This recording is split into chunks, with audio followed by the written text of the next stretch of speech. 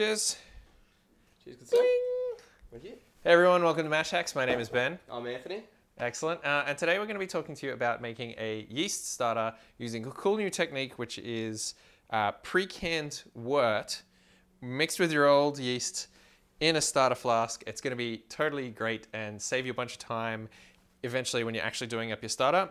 And yeah, Zig's going to take us through exactly what we need to get started. So let's do it.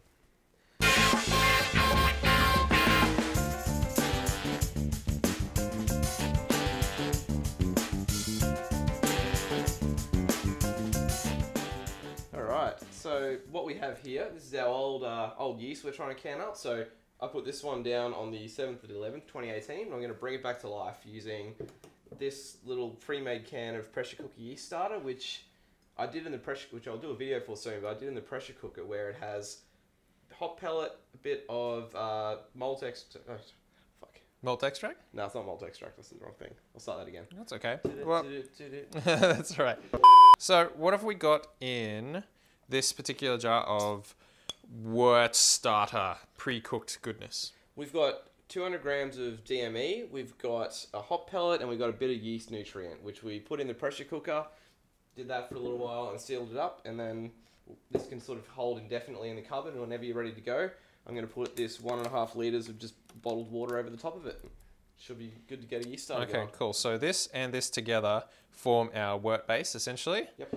And then we just add our yeast to that base in the flask and we're good to go? Correct. Okay, cool. So just before we do that, walk us through the steps you did to create this jar of condensed wort.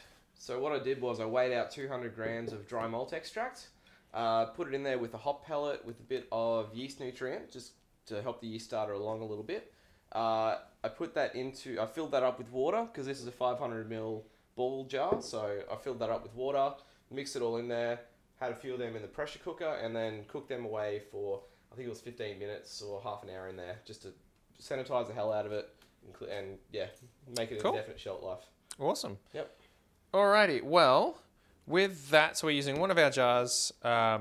What is the process you use to collect the yeast, actually? How did we get this jar of yeast? After about 2 days in the yeast starter, I usually harvest off just 500 ml jars. So I get one of these jars and sanitize it with a bit of star sand, and then just, while the stir is going, just turn it off for a minute, pour it in there, fill it to the top, close it up with this sanitized lid, just keep it going again. So take 500 ml out.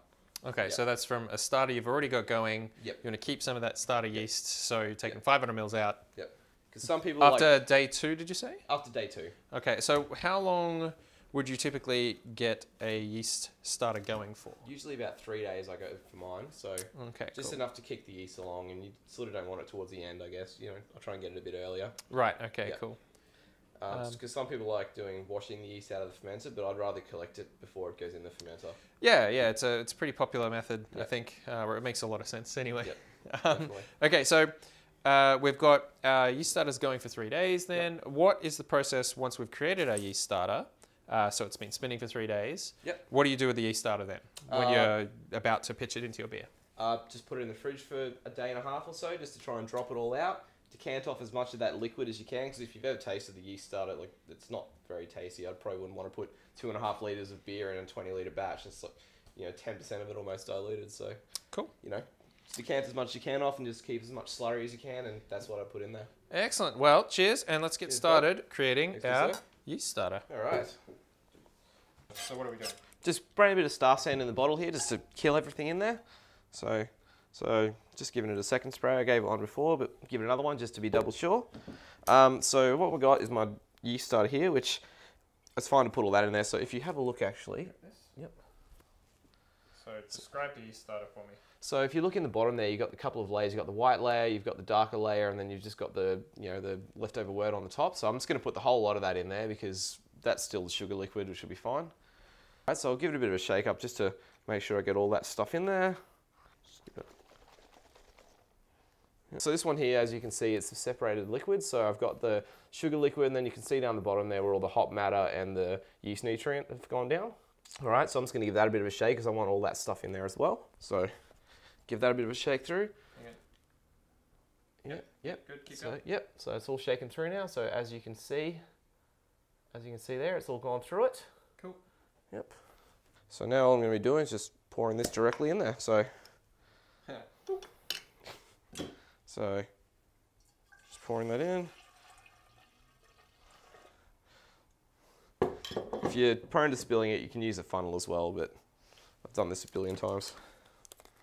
So I'm just using, okay, now I'm using this bottle of water. So I mean, some people don't like using bottled water, I guess, but it's pretty much sanitized on the shelf in the supermarket, and it saves me a bit of time. So I'd rather just use one of these. Okay.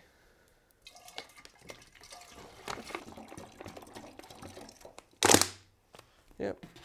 And now I'm going to put in my yeast. So,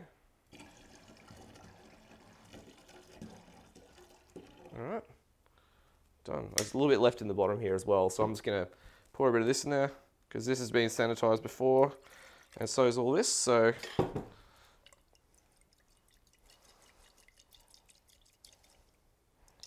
there we go. And basically, that's it. So down here I've got my stir bar actually. So I've had this just sitting in a star sand mix. So let's give that, put it in there. You probably don't want to drop it straight in there. So I usually slip it along the side just so I don't drop it in there and crack it on the way down. And then get a bit of my alfoil. Yep. Get enough to cover the top. Just give it a bit of a little spray, a little bit of a spray. And then that's it. Yeast starter is ready to go. Okay, so what we've done is basically just throw together our ingredients. So we've had that cool pre-canned wort concentrate. Yep. We've thrown in our collected yeast from our previous starter because we're using the same yeast for this particular beer. Yep. And so that's all good to go. So we've added our bottle of water as well. Yep. And then all three together in our yeast starter, and it's good to go. So what I want to do now is talk about what do we do from this point? So how do we get this yeast ready to go into our beer? Okay, so first step is to take it how we did it in the video, put it on the stir plate. So just find where the magnetic bar will go and then just make sure it's centered and then just start turning it up. So now I'll just let you guys know. So you can see from here that it's starting to wear up. Getting a bit of a whirlpool going. Yeah. Nice and loud. Okay, so I'll just let you guys know that this particular stir plate is a digital one. We've got it from our friends over at Digital Homebrew. They're a fantastic little family company, so you should definitely head over there and check out their gear. But this kind of stir plate gives us a bit of reliability, doesn't it? So yeah, definitely. You know, it's just going to keep spinning. spinning. Set it to the same speed, and it's not going to throw. So that's pretty good. So as you try and get it going on like a nice whirlpool down the middle there, just sucking the oxygen right down through it, just to keep the yeast as happy as possible for as long as possible. Cool. What's the time frames here? About 3 days from now, give or take. I usually just check it, see how milky it is, and just make sure the yeast is actually kicking along. Because sometimes in the cooler weather, you get to 3 days and it still looks like this, like the yeast is hardly taken. So I guess I do it visually, but I'm sure there's a better way of doing it. But just make sure it's nice and healthy yeast, and then after that, I'll take it and I'll put it in the fridge. So just in here, I'll change the top for some cling wrap instead of the alfoil, just to make sure that there's no, nothing from the fridge is going to get into the starter. Sanitize that obviously, and then leave that for a day or two just until you can see it separate, like we had in the can before, where you can see the white layer down the bottom and then all the rest of it on the top, and then decant that off, and then that's what I'll pitch into my beer. Okay, cool. Yep. So just to confirm, it's at about 2 days that we go and pull off 500 mils into another jar that we can save for a future beer. Yep. Okay, so the yeast are pretty happy by that point in time. Yep. Fantastic. And then before pitching the yeast starter into the final beer, you actually do cold crash it? Correct. So I put it in the fridge, cold crash it, just separate as much as I can. Into the fridge, that'll drop out the yeast, and then we decant off the beer off the top. Yep. And then just put the nice yeast slurry straight into the beer. Correct. Fantastic.